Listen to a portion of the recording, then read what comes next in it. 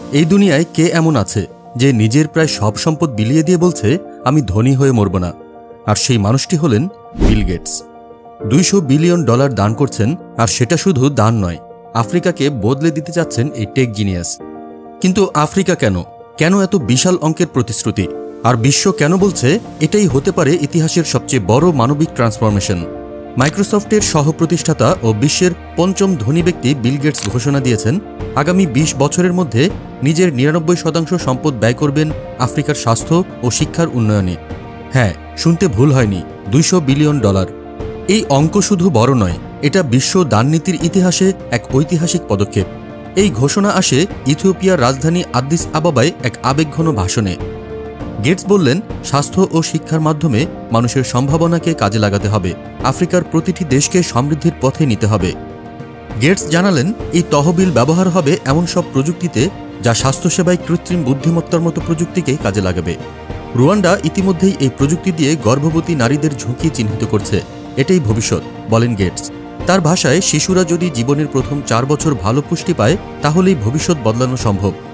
আর এভাবেই তিনি তরুণ উদ্ভাবকদের আহ্বান জানালেন এই স্বপ্নে শরিক হতে। কিন্তু এই ঘোষণার পেছনে এক বাস্তব সত্যও আছে। আমেরিকা ফার্স্ট নীতির আওতায় আফ্রিকায় এইডস চিকিৎসা সহ অনেক ফান্ড বন্ধ করে দেওয়া হয়েছে।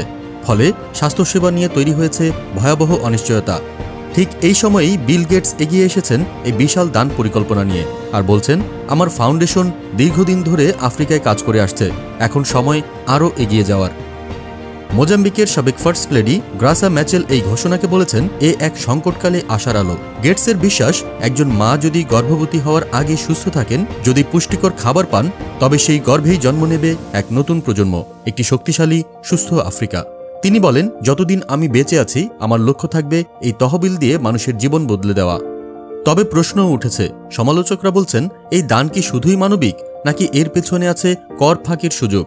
তাদের মতে, গেটসের দাতব্য স্ট্যাটাস বৈশ্বিক স্বাস্থ্য ব্যবস্থায় অতিরিক্ত প্রভাব বিস্তার করছে।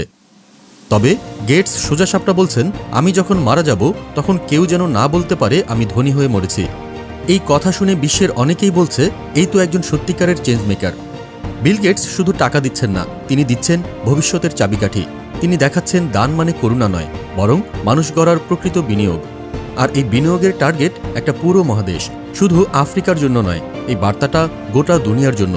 আপনি ধনী হতে পারেন, কিন্তু আপনি কতটা মানুষ সেটা আপনার দানের আকারে নয়, উদ্দেশ্যে বোঝা যায়।